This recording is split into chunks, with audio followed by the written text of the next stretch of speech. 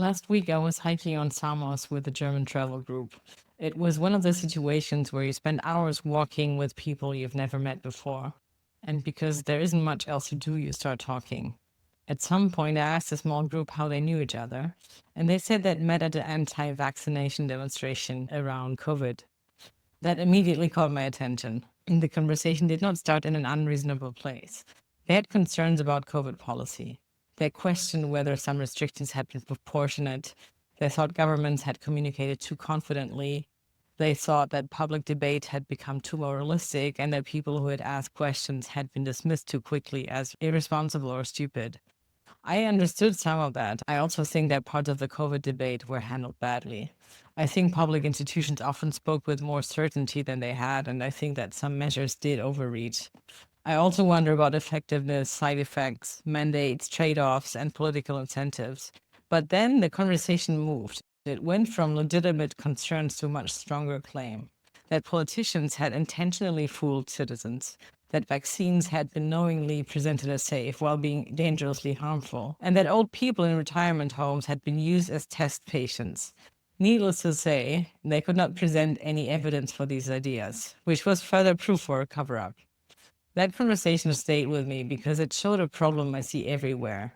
Doubt can be the beginning of critical thinking, but doubt can also become beginning of a story you never test. So the question for this episode is simple. What does good skepticism actually look like? We often talk as if there are only two options. On one side, there is blind trust. Trust the institutions, trust the experts, trust the consensus. Do not reinvent the truth.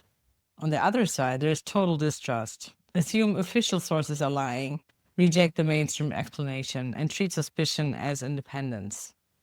Let's start with the first failure mode blind followership. This trap is not about stupidity, but social comfort. Most people do not blindly follow institutions or mainstream opinion because they're foolish. They do it because agreement feels safe. If the experts say it, the media repeats it, and our social circle proves it, we feel we're standing on solid ground. Sometimes we are, but sometimes we're only standing inside a crowd with the same opinion. Politics gives us extreme warnings about this.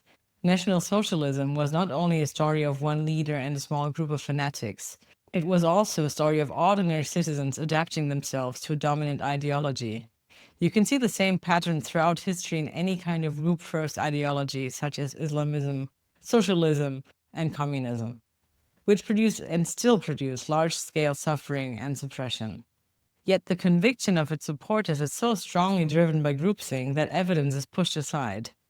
Groupthink often feels like morality. You do not just agree, you feel like a good person for agreeing. That is why it can be so powerful. It gives people status and the comfort of not having to stand alone. We see softer versions of this all the time. Take religious convictions, which are typically aligned with someone's surroundings rather than a conscious decision process. Or take parts of the climate movement, where legitimate concern about climate change sometimes turns into a moral theater. Dissent is treated as betrayal, nuclear energy is rejected on instinct, and young female activists are elevated as symbols of innocence and moral purity that makes disagreement feel like sacrilege. Another simpler example is the choice of clothes, which are rarely the result of genuine personal taste, but a signal of group belonging. Or the consumption of only one preferred newspaper, which is then mistaken with the truth. The list goes on and on. Blind alignment with people and institutions is an efficient shortcut for truth that is often necessary because we don't have time to do our own analysis every single time. And it's good for social cohesion because people with similar opinions tend to like each other more. But we should be aware that people or institutions are not a standard of truth. But the opposite mistake is just as important. Once people notice that institutions can fail and other people are not skeptical enough and can't be trusted, they sometimes make a leap that does not follow. They move from the mainstream explanation has flaws to my alternative explanation must be true. This is what I heard in the Samos conversation. The starting point was not absurd. Were the COVID measures excessive? Probably. Did governments always communicate well? No. Were vaccine risks sometimes ignored? Possibly. But none of that proves a conspiracy.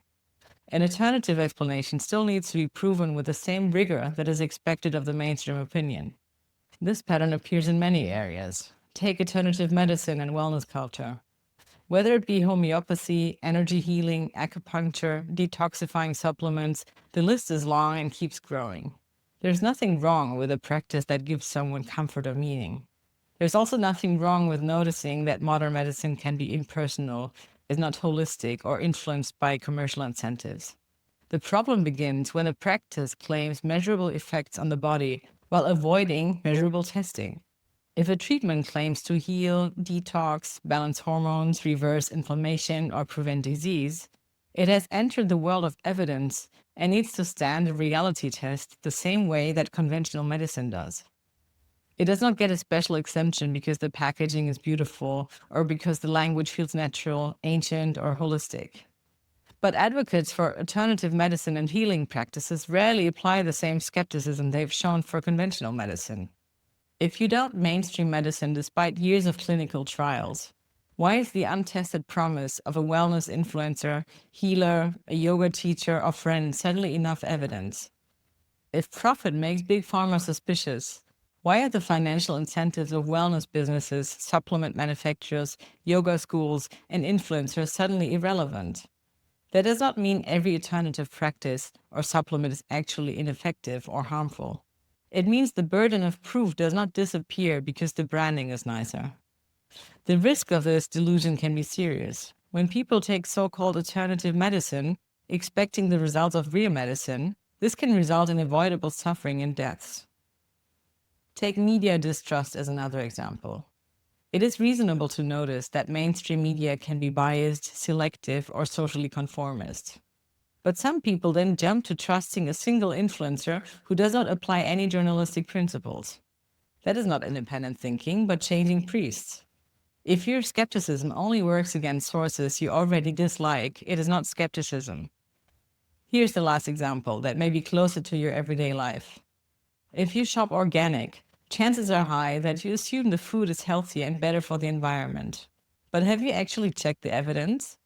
Probably not, because the picture is much weaker than the label suggests. On health, organic food can reduce pesticide residues, but systematic reviews do not show strong evidence that it is more nutritious or better for human health. And environmentally, when measured by actual food produced, organic is not automatically better either. One recent review found no clear advantage for organic food on climate impact or energy use per kilogram, partly because organic farming often produces lower yields and therefore needs more land. The pattern is always the same. A legitimate doubt appears, such as medicine has limits, media can be biased, industrial food can be unhealthy. But then, instead of making a doubt into the start of an honest search for truth, it jumps to the next best emotionally satisfying answer. Then it stops. The new belief receives none of the skeptical treatment, which drove the person away from the mainstream opinion. So just exchanging one belief with the other, rather than replacing belief with evidence. Both blind followership and fake skepticism can feel reassuring. Blind trust gives you safety. Someone else has checked this, so you don't have to. Total distrust gives you superiority.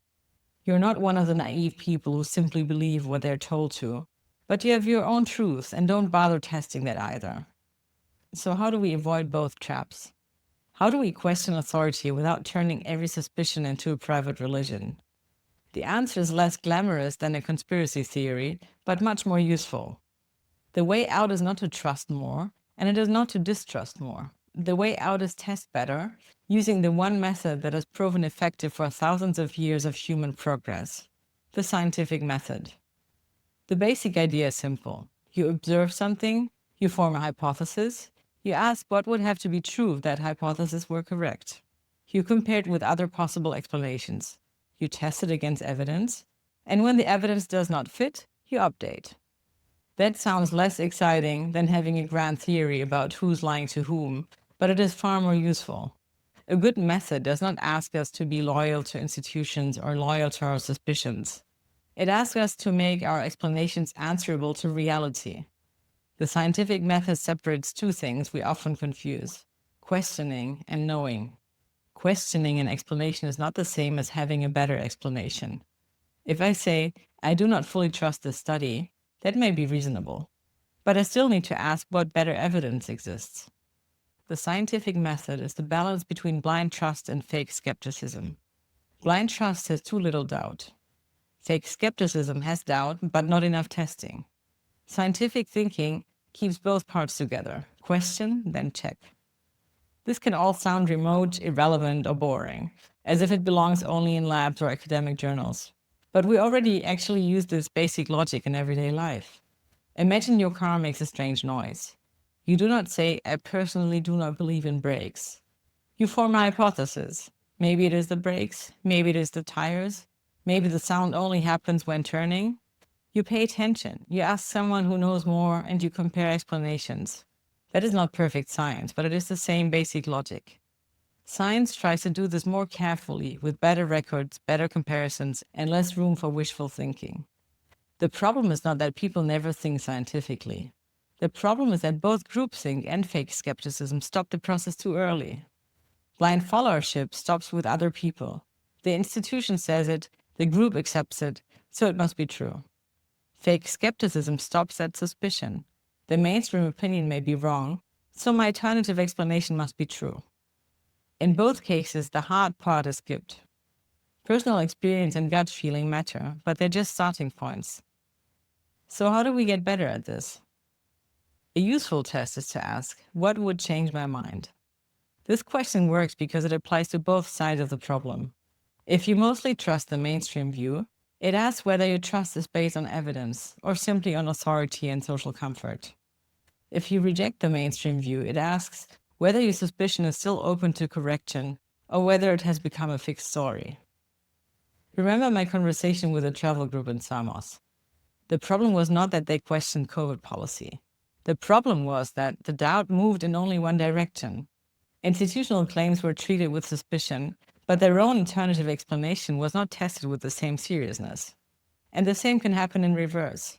Someone can sound responsible, informed, and moderate, but if no evidence could make them question the approved opinion, they're also not thinking freely. They're just making a more socially acceptable version of the same mistake. So the practical test is not whether you're mainstream or anti-mainstream, trusting or suspicious, obedient or rebellious. The practical test is whether you believe can still be corrected by reality. The next time you feel certain about something, ask yourself, what would actually change my mind? If you can answer that honestly, your belief is still connected to reality. If you cannot, then you're no longer testing a belief, you're protecting one.